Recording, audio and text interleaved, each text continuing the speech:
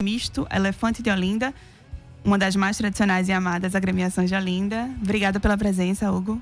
Muito obrigado. Bom dia aos ouvintes e bom dia a vocês. Bom dia. Também está aqui com a gente Laís Portela, que é da Marco Zero Conteúdo e que há pelo menos 3 anos está pautando a questão do camarote, e é isso. Obrigada, Laís, pela presença. Bom dia, Débora, Vera, Hugo, os ouvintes e internautas também que nos acompanham pela página do Facebook. Exatamente. Para começar um pouco, aquecer esse debate, mais para a gente entender, eu queria que, Vera, você pudesse explicar para o ouvinte, para a gente também, o que aconteceu com essa questão dos day use, A gente tem a casa do Alceu Valença, a Casa Olinda Tropicana, que acabou se tornando um pouco o foco do debate e que teve autorização vetada pelo Conselho de Preservação. A SODECA também, que é a Sociedade Olindense de Defesa da Cidade Alta, também entrou com críticas, sobre esses day use, esses camarotes. Qual é o ponto da questão, assim? Qual é o nó e por que essas casas tiveram autorização negada? Bom dia. Bom dia a todos os ouvintes e pessoal que está também nas redes. Veja, a gente, do Conselho de Preservação, a gente atua nas duas áreas, na preservação do patrimônio material e na preservação do patrimônio imaterial. O Carnaval é, por excelência, o momento em que essas duas vertentes de patrimônio, essa herança que nós, o que herdamos dos nossos antepassados, de toda a tradição, é o momento do Carnaval em que essas vertentes se encontram, Elas se encontram tanto do ponto de vista das edificações, porque é lá em que o Carnaval é concebido, as pessoas se organizam, começam a organizar, juntar, reunir, como também na cidade, são nas ruas de Olinda, nas praças, onde a população circula e onde ela festeja e dança, para festejar o Carnaval. Então, a cidade é essa experiência única e uma experiência do lúdico. A questão das casas camarotes, elas vêm desde 2001. Temos a primeira lei do Carnaval, que é uma lei que veta qualquer tipo de estabelecimento, que feche, que reúna pessoas, que faça festas, que cante música. Você tem a proibição do som. Inclusive, em 2002 foi o momento em que várias casas foram autuadas, os sons foram removidos, E durante esse período a gente tem uma experiência que eu considero positivo, E você depois vai dar seu depoimento. Eu acho extremamente positivo, porque de fato possibilitou que as agremiações elas circulassem pela cidade, E esse era o objetivo, O Carnaval, o objetivo do Carnaval é essa fruição, de uma experiência cultural única, pelo menos aqui, em Pernambuco e em especial Olinda, E esse momento a gente considera que foi considerado e foi estabelecido por lei, E é exatamente o que referenciou, a decisão do Conselho, que as casas camarotes, no caso as casas de day use, elas estavam assumindo um comportamento e um papel de casa camarote que foi interditado, Estavam vendendo ingresso, com shows e tudo que a lei não permite, Então... Deixa eu fazer só uma pergunta. Tem um senão aí que é para aqueles bares, restaurantes e pousadas que funcionam permanente, Há uma diferenciação na lei, Queria que você explicasse. Essa lei, ela foi uma lei que criou dificuldades em relação a grupos econômicos que estão ligados a festejos, E houve uma grande pressão desses grupos nos anos entre 2013, 14, 15 e 2015 tem uma revisão da lei, em que a lei determina que as pousadas e restaurantes que já tivessem estabelecidos no sítio histórico, elas podiam, né, receber pessoas, né, no caso chamado day use, que as pessoas vinham, almoçavam, comiam, descansavam e depois retomavam o carnaval, né? E esse day use, que no início foi respeitado, ele foi sistematicamente, começou a ser desvirtuado, porque começaram a colocar orquestras, né, orquestras dos mais diversos tipos, né, de música, e a preocupação fundamental da lei é essa musicalidade tradicional, é a nossa tradição do frevo, do maracatu, do afoxé, do caboclinho, são todas essas experiências de uma essa herança cultural que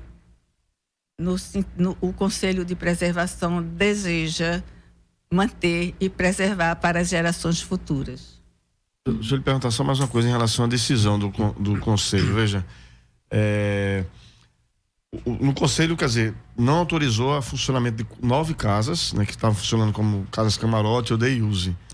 A partir dessa decisão, não há mais como recorrer a essas 9 casas que a gente citou no começo, que são a Olinda Tropicana, Seu Bio na Folia, Pousada Vila Olinda, o Lias, Atrás de Tu, Carnaval Oficina do Sabor, Casa do Vinho e No Meio do Mundo, e Casa de Vô, né?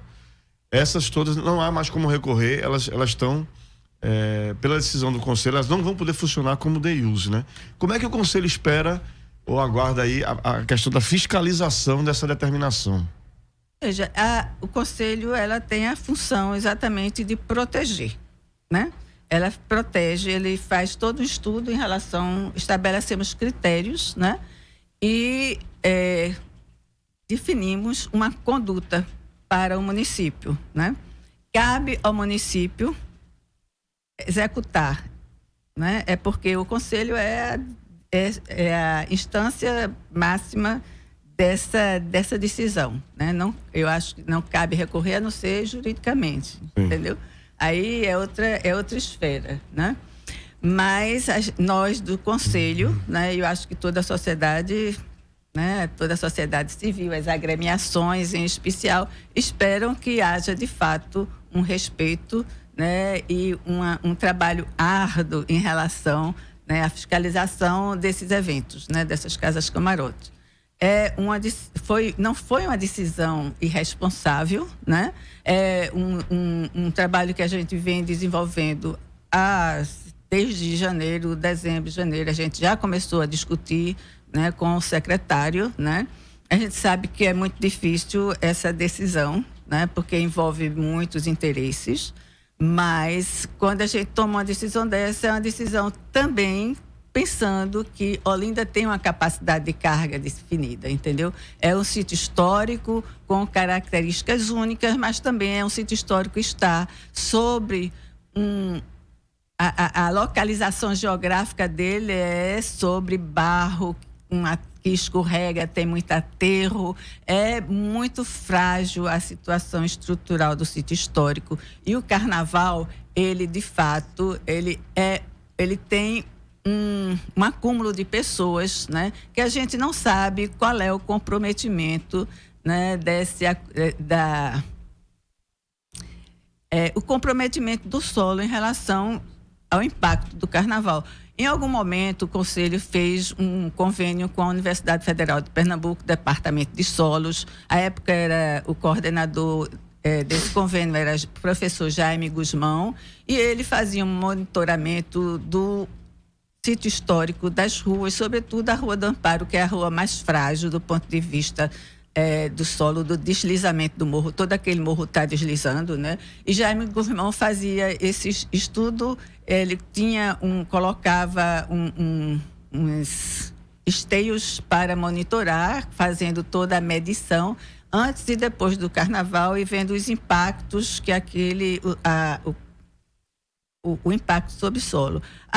Resultado dele é que, né, nas conversas que nós tivemos, é que o pular da população durante o carnaval tem, muitas vezes, em alguns momentos, impacto maior do que um caminhão ou um ônibus, né?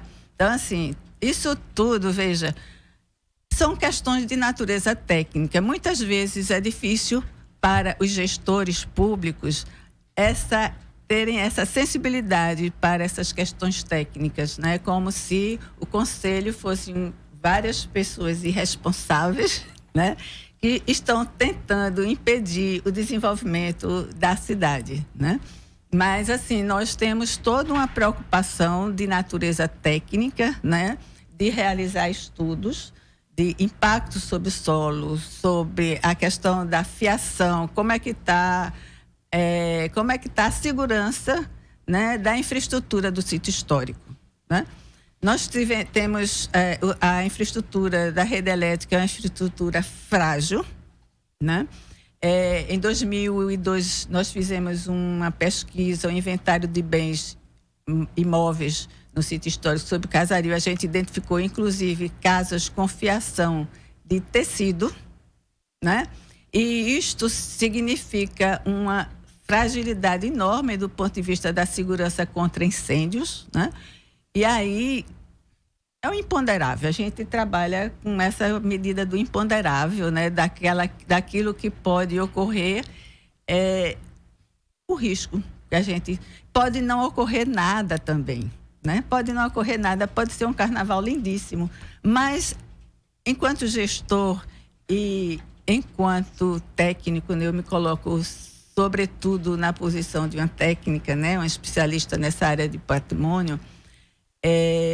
A gente tem que trabalhar com a segurança, né? A segurança do casario, a segurança, inclusive, da evacuação da população. Se tiver algum problema, como é que essa população vai evacuar, vai sair, entendeu? Porque todo o sítio histórico, ele está ocupado, todas as ruas, né? Então, tudo isso, a gente é um trabalho de muita delicadeza e que tem que ser cuidado, tem que ter muito cuidado, porque a gente tem nas mãos a segurança das pessoas.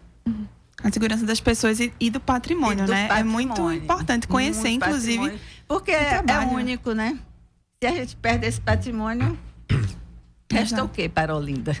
E é super importante a senhora explicar isso, porque eu acho que muitos ouvintes desconhecem mesmo a complexidade das preocupações que a própria gestão, que a própria sociedade tem que ter com isso que é de todos nós, né?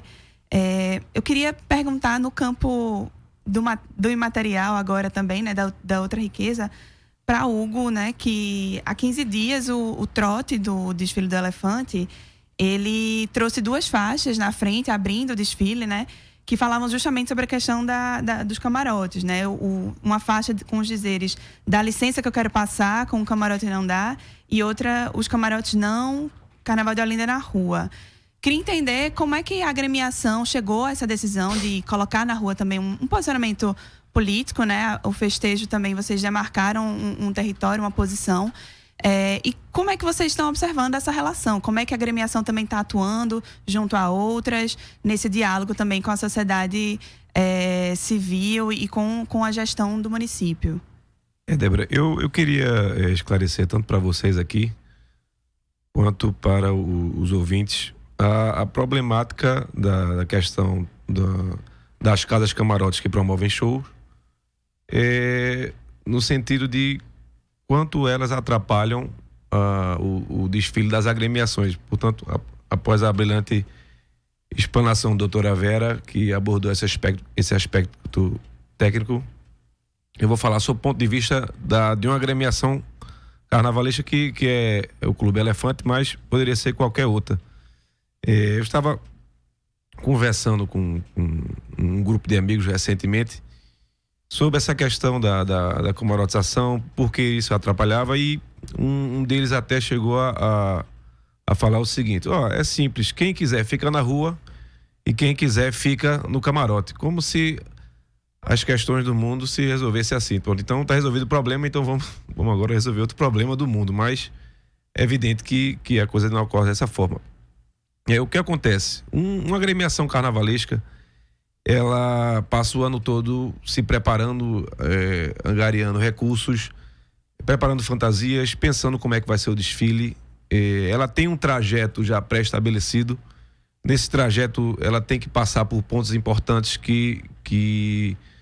pontos que estão relacionados com pessoas. A gente tem que passar na casa de voinha, porque ela é do elefante, tem que passar na casa de fulano, porque ele é fundador, tem que tocar o hino da troça daquela casa que a gente está passando no momento. A gente tem um roteiro, um roteiro pode ter alguma alteração ou outra, mas a gente tem um roteiro pré-determinado. E como essas casas atrapalham o carnaval para os ouvintes entenderem. Essas casas promovem shows, o DJs também, ou colocam música alta, ou até qualquer imóvel que coloque uma música, um som mecânico com altura elevada. Ele, em primeiro lugar, ele acaba gerando uma aglomeração de pessoas em frente a esse imóvel, a essa casa camarote, etc. A partir do momento que você coloca um som, e depende do que tiver tocando, gera inevitável uma aglomeração de pessoas na frente desse camarote, dessa casa, etc. E quando a agremiação vai desfilar, aí tem esse problema que os desfilantes não conseguem, a orquestra não consegue passar direito, porque justamente existe uma aglomeração dessas pessoas não estão atentas de falar, o Carnaval de Olinda ele surgiu com agremiações que desfilavam aqui. Ou seja, as pessoas estão lá paradas aí, não, tá passando um bloco, tá passando uma troça, mas simplesmente as pessoas ficam impedindo a passagem, estão lá curtindo um determinado som. Ou então, sobretudo, quando é uma casa camarote dessa, que às vezes tem uma atração até nacional, entre aspas, e muitas pessoas que não estão lá dentro ficam do lado de fora, impedindo a passagem das agremiações. E outro aspecto também que deve ser ressaltado, até para o ouvinte entender, e obviamente esse som mecânico, ele acaba competindo com o som das orquestras, com o som até dos, embora os maracatus tem um som mais forte, esse som mecânico acaba abafando o som da orquestra.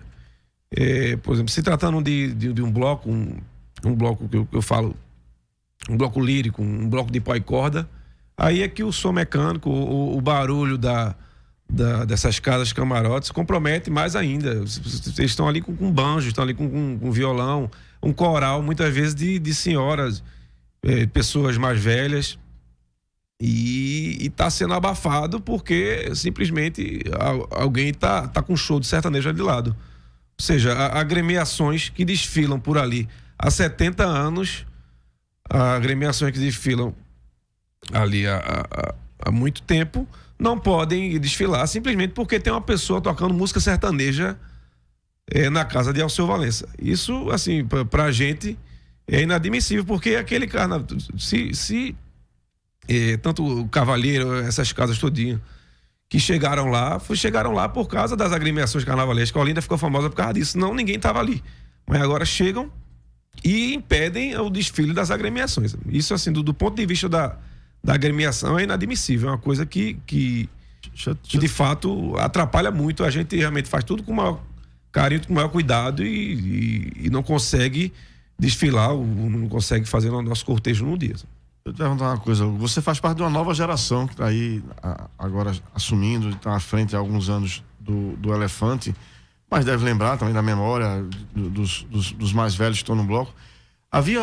E Vera certamente lembra também disso. Eu, garoto, que brincava o carnaval em Olinda, lembro disso. Havia maior reverência também do público a esses blocos, porque eu acho que não havia, quer dizer, as pessoas iam brincar o carnaval de Olinda ansiosas por ver os blocos líricos, que hoje praticamente não existem mais blocos líricos andando pelas ruas de Olinda. Né? Todos foram para o Recife e iam em reverência a esses blocos, né? O fato de você ter day use com música interna, que são ambientes, digamos assim, fechados, né? Isolados. Isolados, com open bar, com comida, com música interna e tal, você acaba atraindo um público que já não vê essas agremiações como o Elefante, que é um dos principais símbolos do Carnaval de Olinda, com essa deferência. Então, assim, às vezes nem conhecem um pouco da história, né? Isso compromete um pouco também não só do desfile, mas da memória mesmo dessas agremiações, né? Isso é certamente. Como você bem falou, na década de 70, até na década de 80, as agremiações, as tradicionais ou não, eram muito mais referenciadas. De fato, procurava-se o Carnaval de Olinda para... Não, eu quero ver Elefante, eu quero ver Pitombeira, eu quero ver Trinca de Ais, etc. E hoje a gente observa que... não, vamos para o Carnaval de Olinda, vamos para qual camarote? Você vai para Casa del Seu? Eu vou pro Cavalheira, que vai ter Safadão, vai ter Anitta, etc.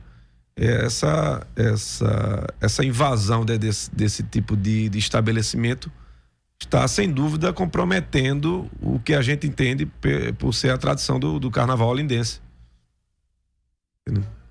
Como é que tu vê esse movimento também, ao mesmo tempo, né? É um movimento, acho que qualquer grande festa, qualquer sítio histórico que cresce, que toma outra proporção, tem que encarar, né? Essa coisa da tentativa de apropriação, de mudanças, e esse movimento de resistência da tradição, né? Quando você fala, eu sou olindense, amo Elefante, meu avô foi fundador de Vassourinhas, um dos fundadores, e pra mim pega muito no emocional, assim. Como é que vocês veem essa entrada também de novas pessoas? Laís perguntou, você é de uma nova geração, e eu vejo também ao mesmo tempo que tem outros blocos surgindo, mais pessoas chegando. O próprio Elefante está com um movimento atualizado, né, nas redes sociais, com pessoas que estão divulgando a tradição realmente. Também tem esse outro movimento de buscar essa história, de buscar essa memória, essa tradição, de resgatar ela. E vocês se comunicam, porque esse movimento de renovação que a gente vê agora no Elefante, ele de certa forma aconteceu, por exemplo, no Acha Pouco, né? Há uns 10 anos atrás, a velha guarda foi passando, né? A Vera está aqui, um exemplo disso, foi passando o bastão para a jovem guarda. E hoje todos brincam juntos, mas do ponto de vista de organização, e até com esse mundo das redes sociais, houve essa troca de guarda, vamos dizer assim. Isso é importante também, né? Para preservar e para isso que Débora falou, resistir nesse momento que você vê camarote, day use, outros tipos de músicas chegando Era legal se os dois contassem um pouco a experiência, tanto do Elefante, do Acha Pouco, essa mudança de guarda e como é a relação da nova guarda com a velha guarda.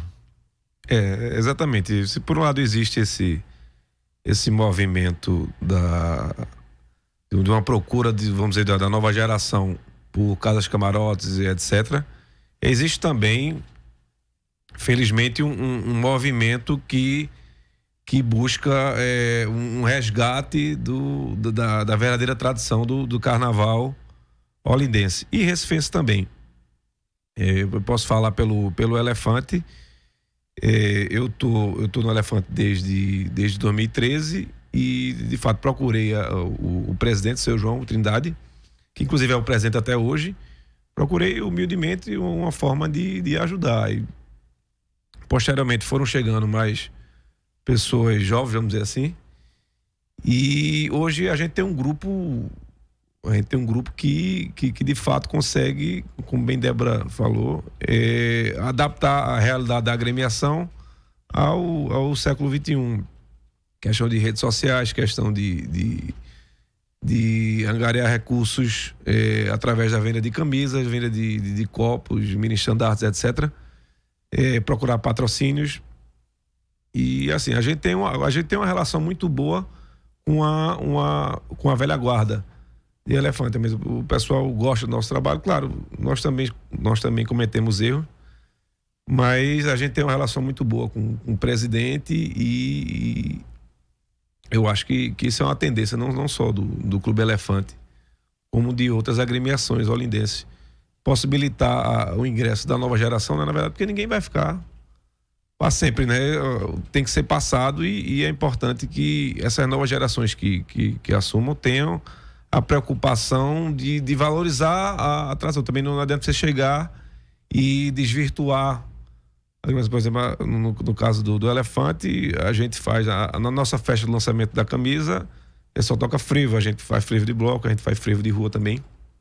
A gente tem uma preocupação com o repertório da orquestra para de fato tocar frevos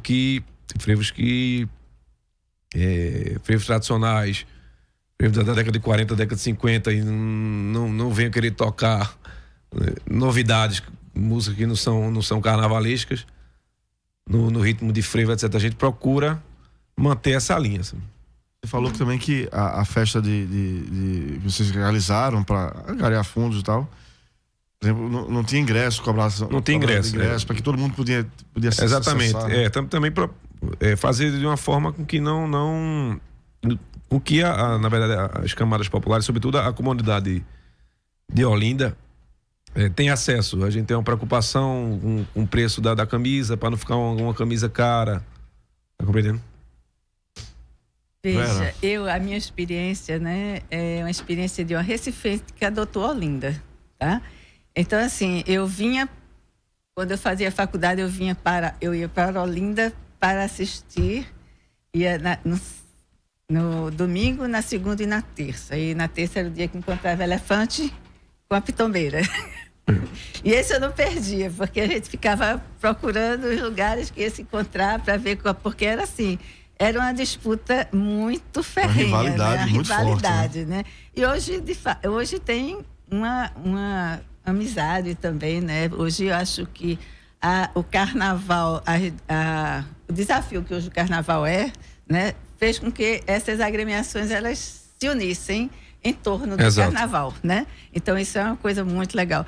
E eu assim me apaixonei por Olinda exatamente em função do carnaval e também porque como estudante de arquitetura participei de trabalho de elaboração do primeiro plano diretor de Olinda, né? A gente tinha um professor que era Ayrton Carvalho, que era do IFAM, e a gente começou a se encantar com as aulas, com as coisas, e me mudei para Olinda também no momento em que Olinda era um centro de resistência cultural e política, né? Então isso tinha... E aí, desde sempre, a gente começou nesse Carnaval de Olinda e tinha um grupo de arquitetos que teve um momento em que, sei lá, os arquitetos e artistas plásticos migraram para Olinda, né? E o Acha Pouco é o resultado dessa migração, né? Então, eminentemente, assim, foi fundado Baixinha, Ivaldevan, Amaral e Berenice, que hoje moram no Recife, Cláudio Cavalcante, eu, né? Fomos pessoas que foram se organizando em blocos. Primeiro era o Língua Ferina, depois esse Língua Ferina, né? Todo mundo dizia, ai, que nome horrível. E aí a gente se organizou e definiu que era o Acha Pouco, né? Então, assim, essa tradição e essa passagem de pais para os filhos é uma coisa que os filhos cresceram nisso, né? A gente saía com os filhos na barriga ou nos blocos pequenos, tudo. E quando começou a adensar muito o carnaval, aí já criou, né? Eu achei pouco Birim, né? E os outros blocos também começaram a criar, né? Porque a gente precisou sair em outros horários, em geral é pela manhã, para que as crianças também pudessem brincar, né? Então, no início, a gente saía todo mundo junto com o filho, e o filho passava do braço de um para outro, essa coisa, porque não é uma agremiação também que faça o desfile como faz o Elefante e coisa com desfile com, né, com roupas, fantasias, essa coisa toda, né? Não tem essa intenção, né? É sempre a cor que define, né? E a preocupação com a orquestra, que troca eminentemente frevo e também tem a batucada, né? A batucada são as duas ritmos que tocam, né? No Acha Pouco. E é isso que a tradição se aprende também, mas também quem chega depois pode ir aprendendo, né? O Fora da Curva de hoje vai para um rápido intervalo e a gente já volta com um debate sobre a camaratização do carnaval E será que isso tem o poder, né, de descaracterizar o nosso tradicional carnaval de rua aqui na Rádio Universitária, nossa rádio pública? Programa Fora da Curva. Informação a serviço da maioria.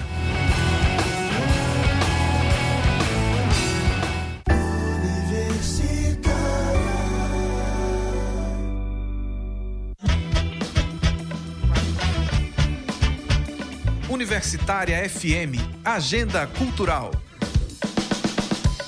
Nesta sexta, o bloco Terra à Vista agita o bairro da Boa Vista a partir da 1 da tarde. A concentração acontece no Espaço Casarão, na Rua da Santa Cruz. O evento pretende sair pelas ruas do Recife com energia e animação para lutar por uma cidade que pertence a todos. O evento é gratuito.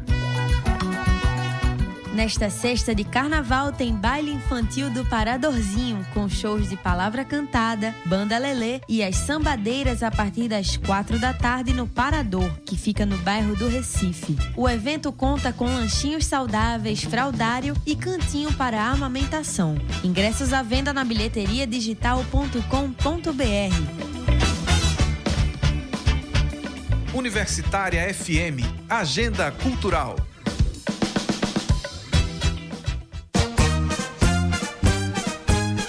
Na 99.9, o tema é frevo o ano todo. Das 2 da tarde da sexta-feira à madrugada da quarta-feira de cinzas, mais de 1000 frevos no ar. É frevo até quarta-feira, zoeira, zoeira, ia, ia. Universitária FM, nossa rádio pública.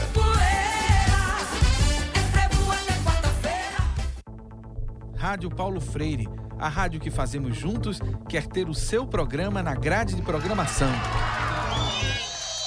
Participe com suas ideias da chamada pública. Acesse o site www.ufpe.br/NTVRU e leia o edital da chamada pública da Rádio Paulo Freire. Rádio Paulo Freire, a rádio que fazemos juntos. Amor, Henrique, acorda. Já são 3 da tarde, está na hora de votar. Nossa, já tá na hora de votar de novo. Já, amor, levanta e vai. Depois você dorme outra vez. Ótimo, amor. Agora pode voltar a dormir. Na próxima eleição, te acordo de novo. Não acorde apenas de 2 em 2 anos. Seu dever continua depois do confirma. Acompanhe os candidatos eleitos para que as promessas feitas sejam cumpridas. Ficar de olho em quem foi eleito é um dever seu com a democracia. Justiça Eleitoral.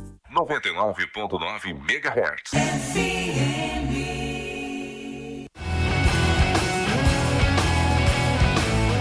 Programa Fora da Curva. Análise crítica de assuntos do interesse público. Passagem de... Programa Fora da Curva está de volta com jornalismo, crítica e diversidade.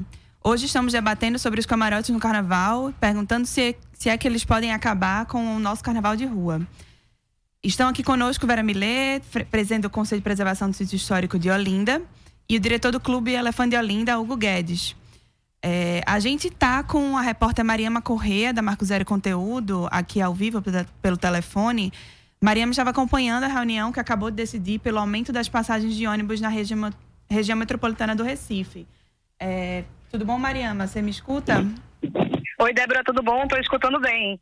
A gente está aqui no Detran e acabou de ser decidido o aumento das passagens de ônibus na região metropolitana do Recife.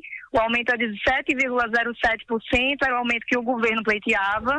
Isso faz o anel A passar de 3,20 para 3,45, considerando aí os arredondamentos que devem ser feitos pela ARP. Essa decisão já passa a valer no sábado de carnaval, então o Fulião já vai pagar mais caro para andar de ônibus no carnaval. A gente está aqui com Pedro Joseph, que é representante da sociedade civil no Conselho Metropolitano. Esses representantes, 3 deles, se retiraram da reunião. Eles dizem que esse aumento é ilegal. Pedro vai falar com vocês aqui por que eles se retiraram da reunião, Pedro. Olha, é importante deixar claro que o manual de operações que determina, que fomenta como vai ser o reajuste da tarifa, diz que o reajuste só pode ser feito pelo IPCA. Como o secretário e as empresas de ônibus apresentaram propostas acima do IPCA, são propostas que são ilegais. Então, nós não vamos compactuar com nenhuma ilegalidade que atinge a população pernambucana. Então, nós nos retiramos da reunião, não vamos compactuar com essa ilegalidade e vamos tomar todas as medidas judiciais cabíveis para anular o que foi deliberado aqui hoje. Então é isso, pessoal. A gente continua aqui no Detran acompanhando. Está sendo prometida uma coletiva aqui com a imprensa para explicar mais detalhes, mas o Fulião já deve se preparar para esse aumento de passagem de ônibus na região metropolitana do Recife. É mais uma preocupação. Obrigada, Mariama. A gente entra em contato com você se tiver qualquer novidade. Bom dia. Ok, obrigada. Não, voltando aqui ao nosso tema de hoje, que é a questão dos camarotes, eu queria dar um testemunho um pouquinho dos últimos 3 anos, como a Débora falou no começo do programa, eu venho acompanhando, fazendo a cobertura aí dessa questão dos camarotes. E especialmente em Recife, e agora esse ano, com toda a polêmica que se travou aí com os DIUs, e também em Olinda. O que me chama muita atenção, e eu queria, especialmente de Vera, ver se essa é uma condição também que você sente isso em Olinda, é a dificuldade da transparência da gestão pública, entendeu? O Galo da Madrugada, por exemplo, que é o maior bloco, né, pelo menos de Pernambuco, com certeza, e um dos maiores do Brasil, que é um símbolo também do Carnaval de Recife. Há uma ocupação, durante o período do Carnaval, a prefeitura cede aquele espaço público, Dantas Barreto, Praça Sérgio Loreto, Rua Imperial, para a organização do Galo da Madrugada. E nessa cessão do espaço público, porque aí aquela relação público-privado que a gente precisa sempre ter em mente, a gente está falando de empreendimentos privados, a gente está falando de ocupação do espaço público, né, como se dá em Olinda também. Essa ocupação, essa cessão do espaço, ela é feita permitindo, inclusive, que o Galo da Madrugada comercialize, terceirize esse espaço e permita a comercialização também em camarotes. Então você tem hoje no espaço do Galo da Madrugada ali talvez 300 camarotes, né? Sendo que oficiais, ou seja, que tem acordos com o próprio Galo e tudo mais, algumas, talvez pelo menos uns 10 ou 12, o camarote do Downtown, o Balança Rolha, o do Espeto, de grandes empresas, né? E o público fica sem saber como é que se dá essa relação, quer dizer, quanto essas empresas privadas lucram ocupando gratuitamente ou às vezes com repasse simbólico de um valor o espaço público. No caso, por exemplo, do Parador, que ocupa aquele espaço ali perto do Recife, do Marco Zero, teve um dos anos que eu apurei, se não me engano, 2015, 2016, que a cessão daquele espaço, que gera milhões para os produtores, foi feita a cessão da administração do Porto do Recife, do novo Porto do Recife, por R$20 mil. Né? Então, a mesma coisa, a ocupação do espaço público do Carvalheira e o Camarote Olinda não estão em espaço privado. Eles ocupam o espaço do Memorial Arco Verde, que é um espaço público sob gestão da Impetur. No ano passado e nesse ano, eu procurei a Impetur, busquei informações junto à Secretaria de Turismo e nenhum dos 2 anos recebi as informações de quanto a Impetur está cobrando pela ocupação daqueles espaços. Uma coisa a gente sabe, considerando os valores, que chegam até 600, 800, 400 reais por pessoa pagando para estar ali. E o Cavaleira tem capacidade de 8 mil, o Camarote Olinda de outros milhares, são milhões de lucro e você não tem a clareza e a transparência de quanto o poder público está recebendo de volta. Com o agravante de que, do ponto de vista de segurança, trânsito, limpeza de rua, quer dizer, há um custo maior do poder público, um repasse de recurso simbólico, né? E falta de transparência. É importante que o Fulião, que a sociedade saiba que nós estamos falando de espaços públicos que estão sendo explorados pela iniciativa privada, que está ganhando milhões com isso. No mínimo, era necessária a transparência desse processo. E aí eu pergunto a Vera, assim, por exemplo, o Conselho tem... como é que esse processo de informações, se o Conselho também tem acesso às informações... Você já me disse aqui, a gente estava conversando antes de começar o programa, que no caso do Carvalheiro e do Camarote Olinda não precisa passar pela aprovação Não passa do Conselho. pela aprovação do Conselho. Quem faz a aprovação é a Secretaria de Planejamento e Meio Ambiente. Então, o Conselho de Preservação ele é restrito a setor de preservação rigorosa do sítio histórico e é essa preservação residencial, setor residencial, né? Então, é um circuito, né, que fica na toda a região antiga, mas o núcleo antigo, o núcleo original da cidade, delimitado praticamente pela Sigismundo Gonçalves, Joaquim Nabuco, Rua do Sol, né? E Bom Sucesso. Então, assim, é nesse núcleo, né, original do sítio histórico que o Conselho de Preservação se restringe, né? Na verdade, o Conselho deveria ter tido uma apresentação e a aprovação também do projeto do Carnaval do Sítio Histórico, né? Esse projeto, ele foi realizado, mas a apresentação dele no Conselho ficou muito fragilizada ou foi insuficiente, e a gente estava com tantas discussões em relação a essas casas camarote que a gente não teve condições de se debruçar sobre esse projeto de Carnaval do Sítio Histórico. Após essa discussão das casas camarotes, né, de use, como é chamada, como eles se colocam, a gente começou a observar que alguns elementos da lei do Carnaval, como a remoção, a proibição de colocar ambulantes nas vias principais aonde circulam as agremiações, na lei do Carnaval está delimitado, explícita isso, e, na verdade, todas essas ruas são ocupadas por ambulantes, né? Então, assim, uma das recomendações, né, do Conselho neste Carnaval, especificamente, foi que após o Carnaval se inicie, já em abril, um estudo para o próximo Carnaval de 2020, a Comissão Especial do Carnaval, ou seja, implantada a Comissão Especial do Carnaval, como está colocado na lei, né? E que com a participação da sociedade civil. Você tem a lei define toda a participação dos grupos que devem integrar essa Comissão Especial do Carnaval. E seja definido todos esses elementos, entendeu? Porque a gente não pode excluir também os ambulantes, a população de baixa renda, que no Carnaval é o momento em que eles realmente se organizam para, né, aumentar sua renda, né? Isso a gente tem que pensar. Teve um momento que isso era feito na Sigismundo Gonçalves, era muito melhor para as agremiações, né, que circulavam e ficava muito mais fluido o fluxo, né? E a partir, acho que de 2014, essa restrição e esse rigor maior que existia foi sendo afrouxado. E hoje está realmente em 2.000 ambulantes que foram registrados, pagaram para estar ocupando no Carnaval, e tem já uma briga, uma disputa entre os ambulantes, porque, como a gente vive também um momento de restrição na economia, o que eles estão ganhando também não é suficiente em relação à expectativa que eles tinham, né? Então, tudo isso... E assim, no momento em que você começa a pensar o Carnaval de 2020, já em abril, em que você tem muito maior tempo de planejamento, né?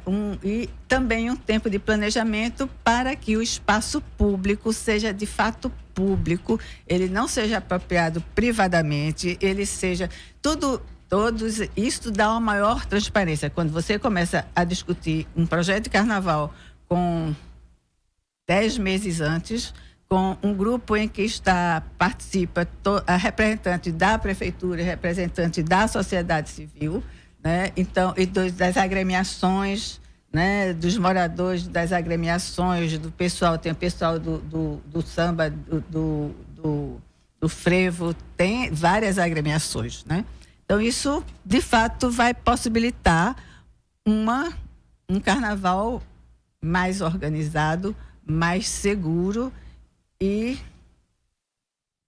todos participem, né? Mais democrático. Antes de passar para Hugo, só uma informação, complementando isso que Vera está falando, é que esse ano tem uma particularidade, né? Pela primeira vez em 2 décadas, a prefeitura ainda não fechou o patrocinador master do Carnaval, não há uma cervejaria, a Ambev vinha fazendo isso nos últimos anos, né? Houve um edital para uma cota aí de 5 milhões que não foi fechada pela Ambev. Hoje de manhã, a prefeitura então decidiu fatiar em vários pequenos editais. Tem 17 cotas de patrocínio que estão sendo oferecidas nesse momento, em pregão aberto, né?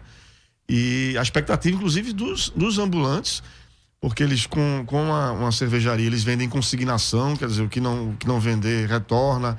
E você está aí há 48 horas do carnaval sem esse patrocinador, vivendo assim um momento de muita insegurança entre os ambulantes. Como é que vai ser a questão da estrutura, da logística da venda de cervejas lá? E isso mostra mais uma vez também a falta de transparência, os processos, né? Quer dizer, chegando a 48 horas do carnaval numa situação desse tipo. E obviamente a gente sabe que se não entra dinheiro privado, vai ter que ser o dinheiro público para tapar esse buraco, ocupar esse espaço e garantir, por exemplo, as subvenções das agremiações, especialmente aquelas que dependem, as de maracatu, caboclinho, né? Que dependem fundamentalmente dessas subvenções para desfilarem, né? Essa questão de, como você bem ressaltou, a 48 horas do carnaval, a prefeitura está atrás de patrocínio, revela, obviamente, uma falta de planejamento, no mínimo, da prefeitura de Olinda, porque todo mundo sabe quando vai ser o carnaval, né? E Olinda aparece para o Brasil e para o mundo no carnaval, a oportunidade que ela tem para angariar recursos, até porque é uma cidade que tem uma arrecadação muito baixa. E se ele não consegue vender a festa principal, entende? E como você bem falou, a gente tá preocupado, e as agremiações também, porque uma parte do nosso recurso provém justamente da prefeitura. Se a gente tá observando que a prefeitura não consegue patrocínio para o carnaval, como iremos receber a subvenção que é paga 5 meses, 6 meses depois? Mas se a prefeitura não está conseguindo vender, será que ela vai tirar esse dinheiro dos cofres públicos? Houve também esse ano um processo de redução dos polos, né? Eram 12, passaram para 8. É interessante analisar um pouco isso, assim. Ao mesmo tempo você tem Carvalheira, Camarote Olinda, ampliando, crescendo na porta do sítio histórico, você tem um pouco da redução aí de polos e de espaço nos espaços públicos, né? Como é que vocês veem essa questão aí do recorte de renda, né? Primeiro, um movimento de segregação, que você tem esses camarotes, os um pouco menor, os pequenos DIUs dos casarões de Olinda, mas esses maiores, como os camarotes Carvalheira, Camarote Olinda, Parador, Camarote Boa Viagem, esse recorte, essa segregação, a gente ainda pode falar em carnaval democrático, popular, aberto a todos, ou você começa a ter um recorte realmente de classes. Quem tem mais recursos, eu conversado ao longo desses últimos anos com empresários e com pessoas que ofertam esses camarotes, eles dizem assim, não, mas a gente garante, quem tá no camarote quiser ir pra rua, pode ir pra rua. O que a gente garante é mais segurança, mais conforto, uma comida melhor, um show de qualidade. Quer dizer, quando você está dizendo tudo isso, é porque você está dizendo que isso não existe mais na rua, né? Como é que você vê isso, Vera, assim, para quem está tanto tempo brincando no carnaval, acompanhando e que acompanha como morador ali de Olinda, esse processo sempre foi muito aberto, democrático. Você teme um pouco que isso vá mudando?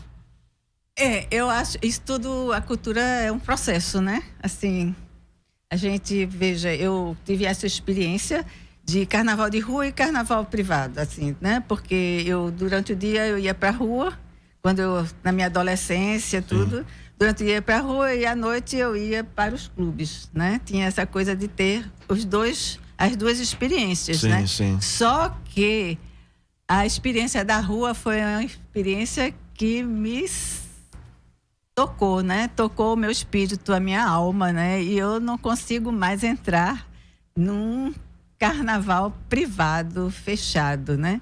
Eu digo assim, nenhum bloco eu consigo ficar só naquele bloco. Eu preciso sair em todos os blocos, indo atrás de cada um, porque cada um tem uma experiência, cada um tem a musicalidade, cada um tem pessoas distintas, grupos sociais distintos, né? E o que eu me sinto bem mesmo é quando eu entro numa onda e eu deixo de ser Vera e começo a ser a própria onda, entendeu? Então, para mim, esta é a grande experiência, né? Uma experiência que é de comunidade, de grupo, de pertença maior. Pertencimento. É um grande pertencimento. Então, assim, a gente até com a idade a gente vai ficando menos ousada. Mas, assim, quando eu me recordo do carnaval, o que realmente me dá a maior alegria, né, é estar participando dessa onda, desse grupo que vai, que leva, né, e que volta, e que a gente vai como entra na onda do mar, né? Do mar É interessante a gente observar também que essa dinâmica de carnaval interno em clube, o carnaval de rua sempre fez parte da história do carnaval de Pernambuco. O próprio Clube de Máscaras do Galo da Madrugada, ele surgiu em 78 com a intenção de reviver os carnavais de rua, que à época realmente estavam muito mais concentrados nos clubes. O pessoal ficava no clube. E cada comunidade, cada lugar tinha o seu clube, e era um carnaval muito mais fechado do que é hoje, inclusive. Existe uma manchete, salvo engano, dos anos 77, do Diário, que fala assim: o carnaval é forte nos clubes, mas é fraco na rua. E o Galo da Madrugada surgiu nessa intenção. Mas o que acontece, eu vou falar como folião do Galo.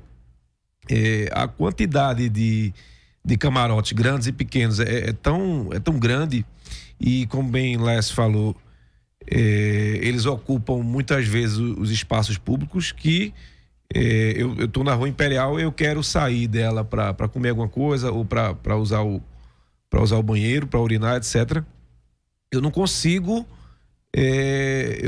passar por nenhuma rua perpendicular à Rua Imperial, porque elas estão ocupadas por camarotes. Você tem lá uma armação lá de ferro ou de madeira que a gente não consegue passar. Eu já conversei com o Rômulo Mendes, que é o atual presidente do Galo, expliquei essa questão, falei que justamente quando vocês se reuniram em janeiro de 78 para promover um carnaval, vocês estavam querendo resgatar o carnaval de rua. E hoje o Galo da Madrugada, ele é um antro de camarotes. Ele falou 300 camarotes no Galo. A gente fala, não, vamos pro Galo, vai para qual camarote? O discurso já é esse, porque ninguém quer ficar na rua. E o próprio Galo, a própria diretoria do Galo, o camarote oficial do Galo, ele ocupa toda a praça Sérgio Loreto. Ali é um espaço público, uma praça, e os foliões que estão na rua, isso aqui não tem camarote nenhum, eles não conseguem ter acesso. Vamos lembrar, aquele a gente vai espaço. esquecendo das coisas. Vamos lembrar que até 2014, 2013, acho que 2014 terminou, o governo do estado e a prefeitura tinham camarotes enormes que recebiam autoridades, que recebiam artistas, né? No ano que Eduardo Campos se candidata a presidente, em 2014, o último ano de governo, depois de 7 anos com camarote, é que decidiu tirar o camarote. E no ano seguinte, para lembrar também na memória, lembrar que durante muitos anos a Rede Globo tinha um camarote que tomava toda a Praça da Independência na frente do Diário de Pernambuco. Um ano depois que o então governador Eduardo Campos fechou o camarote do governo, e aí foi fechado também o da prefeitura, a Globo fechou o da Praça da Independência. Então, e já era um receio, porque era candidato a presidente, um receio de crítica da população, de que aquilo respingasse talvez na candidatura presidencial. O que mostra também a importância da atuação da sociedade civil vigiando, criticando, questionando essas ocupações. No mínimo, transparência, né?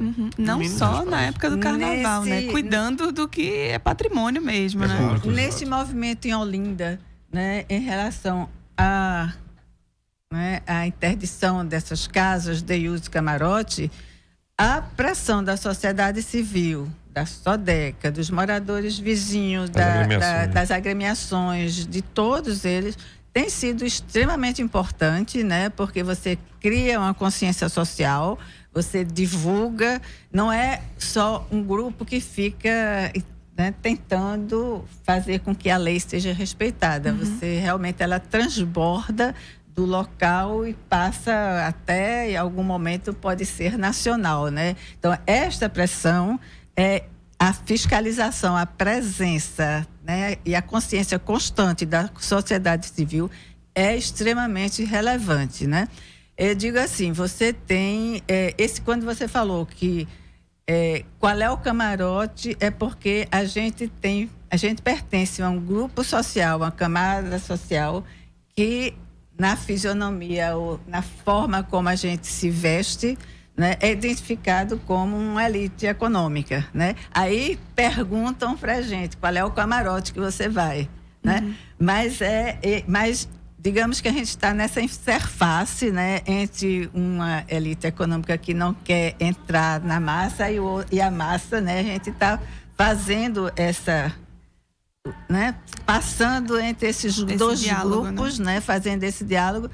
E eu digo assim que a gente tem uma grande responsabilidade, né, porque e a responsabilidade das políticas públicas, né, porque o frevo, por exemplo, para mim pode ser considerado uma experiência pode ser nas escolas, pode estar na escola, como hoje você tem. Cultura, educação. Uma política pública voltada para o frevo, voltada pela preservação do carnaval. Educação física mesmo, entendeu? Ela pode substituir também, né? É o trabalho com o corpo, né? A ginástica, valorizado, ele integra tudo, integra a música, integra a ginástica, o corpo. Então ele pode estar na escola, ele pode estar integrado no currículo escolar como exercícios, né?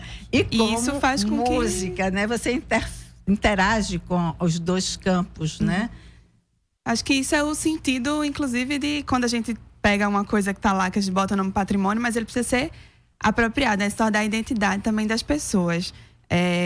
Concordo com a senhora. Você só mantém o que você conhece, o que você vive, né? Vive, a né? experiência. A memória que você tem dos pais. Toda criança pergunta: quem foi meu avô? Quem foi? Como era? Né? O passado é uma coisa muito importante, é muito presente. E a gente tem que preservar. Vera, muito obrigada pela presença. Hugo Guedes também. O programa já vai ficando por aqui. A gente fica muito feliz pela presença de vocês, pelo debate. Queria agradecer também a Laís Portela, que está aqui com a gente, discutindo. O programa Fora da Curva de hoje foi produzido por mim, Débora Brito, Laís Portela, da Marco Zero Conteúdo. Nas redes sociais estiveram Vanessa Moura e Vitor Aguiar, trabalho técnico de Marco da Lata. Amanhã, o Fora da Curva vai discutir carnaval também e pergunta se o carnaval é lugar de política. Era bom essa conversa se estender até, né, gente?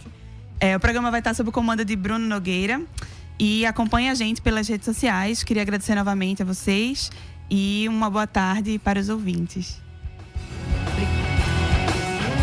O programa Fora da Curva é uma realização do Departamento de Comunicação Social, com o apoio do Departamento de Sociologia e do Núcleo de Rádio e TV Universitárias.